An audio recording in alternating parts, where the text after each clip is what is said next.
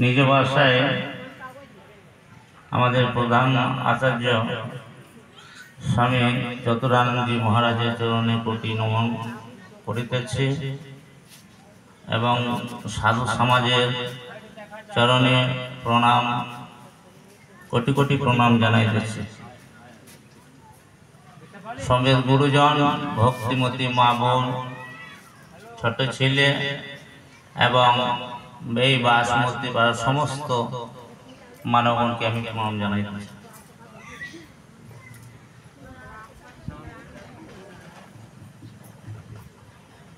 এই যে আজকে একটা সুযোগ হয়েছে,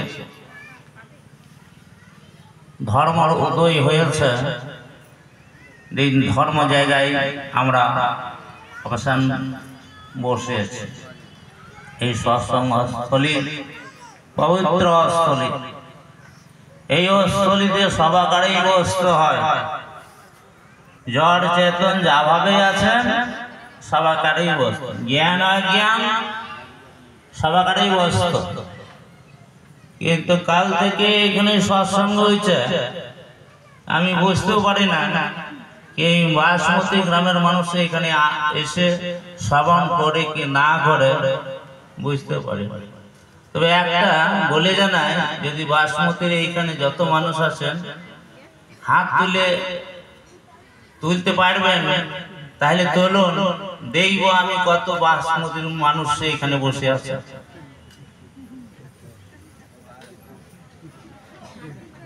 বাসমতী গ্রামের মানুষ কিছু কম আছে। মনে শেষের সময় তো সৎসঙ্গ শেষের সময়, তার জন্য শেষের মতো মানুষ এসেছে। আমরা সবাই মানুষ, এই সংসারের মানুষ, মায়া জগতের মানুষ, আমরা সবাই মানুষ।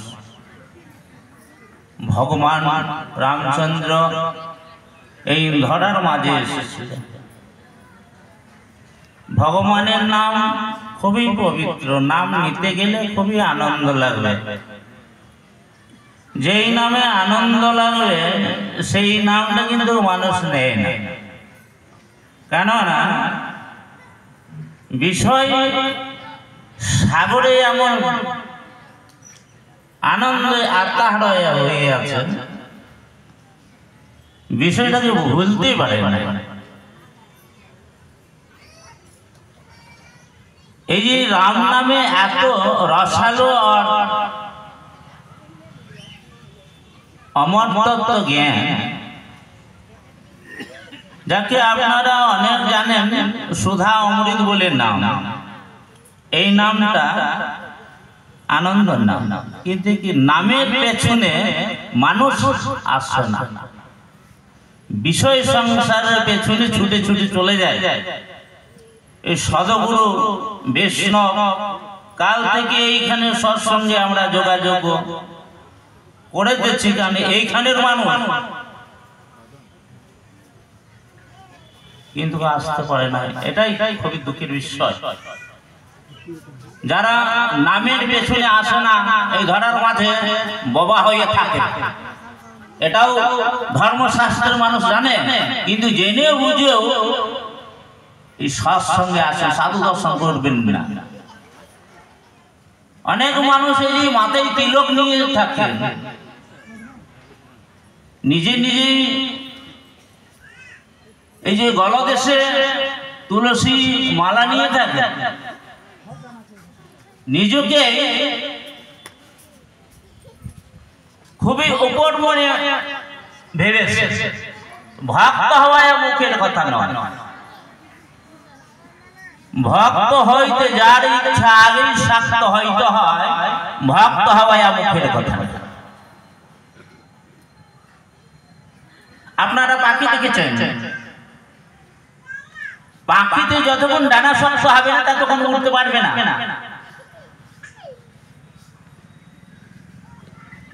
অমনি আমাদের এই যে আমরা যতক্ষণ ডানা শক্ত, বলানোর উদ্দেশ্য যতক্ষণ আমরা শক্ত হব না, নামের দিকে আমরা সন্ধান করতে পারব, নামের দিকে আমরা যেতে পারব। তাই যারা নামের দিকে যাবে না, এই দুঃখালয়ে তো আমরা ভেসেই আছি, দুঃখ সাগরে ভেসেই আছি, সুখ সাগরে কোনোদিন যেতে পারব না। তার জন্য যেখানে সৎসঙ্গ হয়, যেখানে কীর্তন হয়, বেদ যজ্ঞ হয়, সেইখানে জ্ঞান যজ্ঞ হয়, সব কিছু ছেড়ে অবশ্যই আসতো। কিন্তু আমরা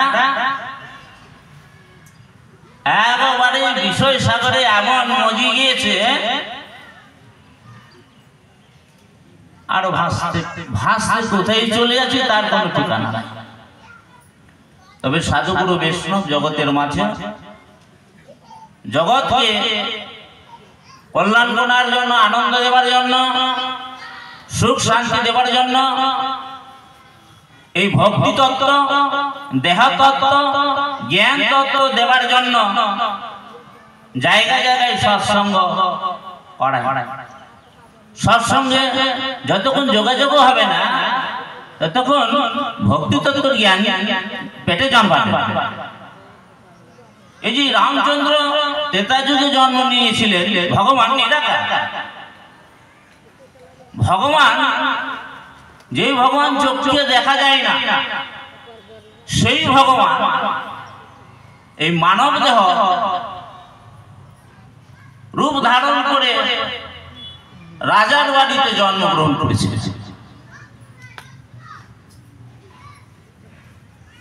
তবে তাহারও আপদ বিপদ ছিলেন, কিন্তু তবু তিনিও ভগবানের সাধন ভজন করেছেন, তিনিও ভগবানের নাম জপ করেছেন। ভগবানের নামটা কি? গুরু সাধন ভজন করেছিলেন তিনি। কিন্তু আমরা গুরু বলতে কিছুই বুঝতে পারি না। যে অবতারে ভগবান স্বরূপ, তারা সবাই গুরু ধারণ করেছে, তবে সদগুরু চায়। সাধু সন্ত যতক্ষণ সঙ্গ হবে না, ততক্ষণ জ্ঞানের উদয় হবে না। বলি কিছু যদি না পারো ভাই, সাধু সঙ্গ করো গো। যতক্ষণ সাধু সঙ্গ করবো না, ততক্ষণ ভক্তি তত্ত্ব জানানো যাবে না। এই যে ভগবান মা সবরি বলে নাম, তিনি ভক্তিমতী মা, ভগবানের ধ্যান যোগ্য করে নিজেকে গোবিন্দের চরণে মিশিয়ে দিয়েছে। অমনি যদি আমরা যদি সাধন ভজন করতে পারি, আর তারই মতো যদি আমরাও যদি মিশিয়ে যাই, তাহলে আমাদের জীবন ধন্য হয়ে যাবে। কিন্তু আমরা এই যে বিষয় সাগরে মজিয়ে আনন্দে থাকি, পরের জায়গা পরের জমি, ওর ঘর বাঁধিয়ায় আমি রয়, আমি সে তো ঘরের মালিক নয়। ওগো আমি সে তো ঘরের মালিক নয়। আমার দুটি খুঁটি পর কোন বিধাতা গড়েছে রে, কোন সে কারিগর। সময়ে তো ভেঙে যাবে, কিছুই বুঝতে পাবে না। জগৎবাসী, এই যে ধরা, আমরা সবাই ধরার মাঝে বসে আছি, এই ধরা কাহারও নয়। এই ধরা মানুষে জন্ম দেয় না, গোবিন্দ তৈরি করেছে। আর এই শরীরটাও মানুষের তৈরি করে, গোবিন্দ তৈরি করেছে। কিন্তু একমাত্র সাধনের ফল, বহু জন্মান্তরের ফল বলে এই মানব জন্ম পেয়ে আজকে সৎসঙ্গে আমরা বসেছি, সাধু সঙ্গ করে তুলেছি। এটাই আমাদের ধন্য। এই হচ্ছে প্রথম ভক্তি। তো ভগবানের 9 প্রকারের 9টি ভক্তি যে আমাদেরকে দিয়ে গিয়েছে, এটা যদি বিশুদ্ধ ভাবে এই যে মানব যোগ, মানস যোগ, মানস ধ্যান, দৃষ্টি সাধন, শব্দ যোগ, এইগুলো যোগ যদি মানব দেহ করে থাকে তা এই জগৎও আনন্দ পাবে। আর সুতরাং এই শরীর ছাড়ানোর পর জীব আত্মা যেখানে যাবে সেইখানে সুখ শান্তি পাবে। তার জন্য আমাদেরকে অবশ্যই সৎসঙ্গে এগিয়ে আসতে হবে। এই দালান বাড়ি দেখছেন, দালান বাড়ি ধরে রাখতে গেলে খুবই ভালো না কি? এই দালান বাড়িটা ধসবে, আর বাড়ির ভেতরে যদি থাকো আর যদি বাড়িটা যদি ধসে যায় তাহলে সেও মরবে, বুঝলে? তাইলে বাড়িটাকে ছেড়ে সৎসঙ্গে আসা, এই সৎসঙ্গে ফলাফলের লাভ পাবা। বাড়িতে থাকতে গেলে ধর্মের পথে এগিয়ে যেতে পারবে না, কিন্তু এই সৎসঙ্গ জায়গায় আসতে গেলে সদগুরুর দর্শন হয়। আর সদগুরুর দর্শন হইতে গেলে তিনি কি করবে? মানবগণকে জীব শিক্ষা দেবে এইভাবে ধর্ম করতে হবে। ধর্ম পথে চলার জন্য বাহ্য জগতের মাঝে পুজো পাঠ যা কিছু আমরা করিতেছি, গুরুদেবের সবাই আমরা থাকছি, সদগুরুর চরণে থাকছি, সদগুরু বৈষ্ণবের চরণে থাকছি। আবার অন্তর্জগতে কিভাবে সাধন করবা তার যুক্তি জেনে নিতে হবে। ধরার মাঝে আমরা অনেক রকমের পুজো পাঠ করি। কেউ চণ্ডী পাঠ করে, কেউ মৃত্যুঞ্জয় পাঠ করে, কেউ গাছ তলায় পুজো করে, কেউ নদীর তলায় পুজো করে, কিন্তু তাতে কিছু ফলাফল হবে না। কেন ফলাফল হবে না? এই যে বাড়িতে আমরা সবাই মা বোন আমরা সবাই থাকি সংসারের মাঝে, যখন আমরা ভাত তৈরি করি, খুব সুন্দর সুন্দর তরকারি হ্যাঁ তেন অনেক রকমের তৈরি করে খায়।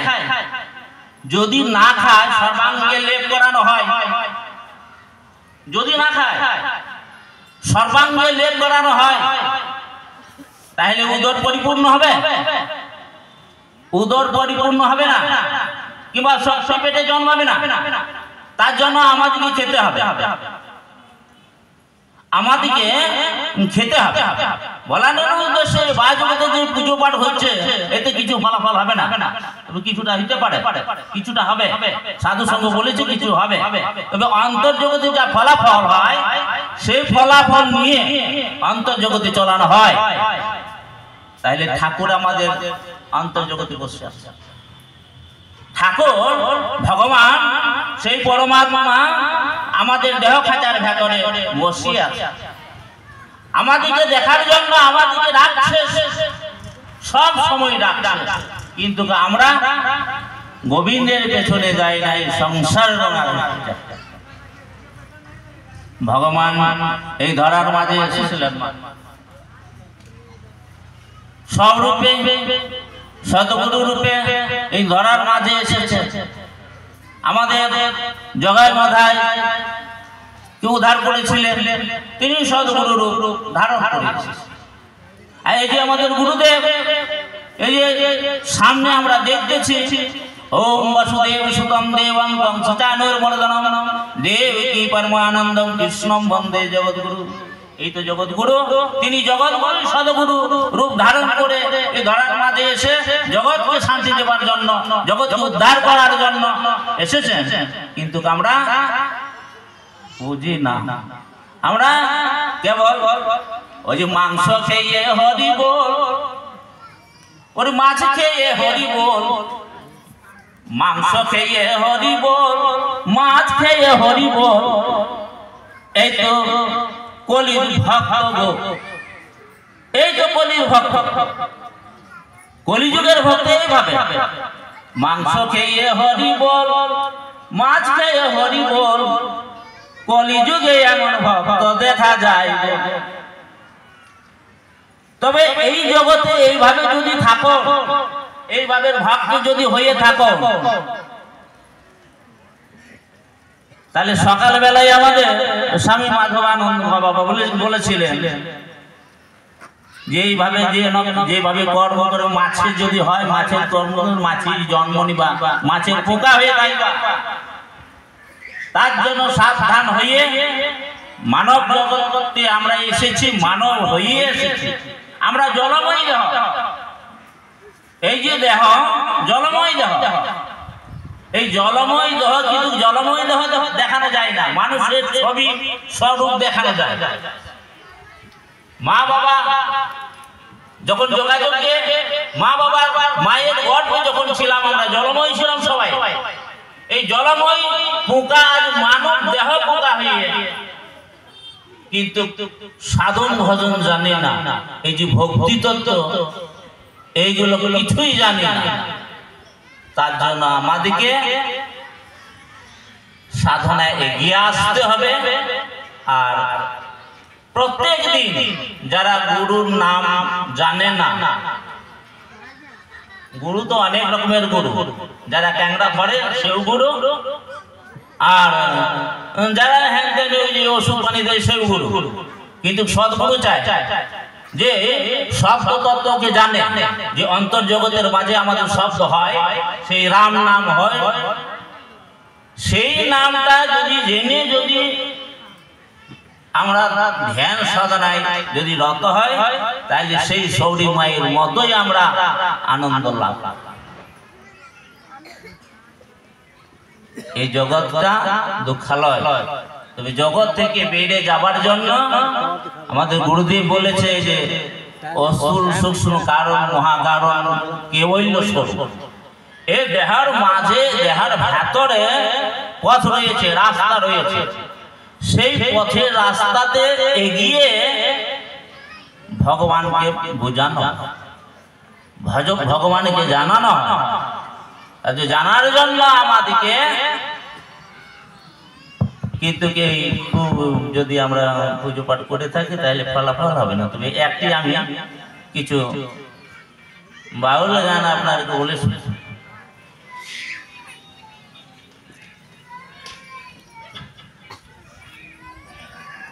সাধে খাঁচা পড়ে রইবে তোর, খেপা ভাঙল না তোর ঘুমের ঘোর, সাধের খাঁচা পড়ে রইবে তোর। আর কিছু বলবো না, ওদের থেকে সময় বেরিয়ে গিয়েছে, তার জন্য আপনাকে স্মরণ করাইলাম। বলুন শ্রী সদ্গুরু মহারাজ জয়।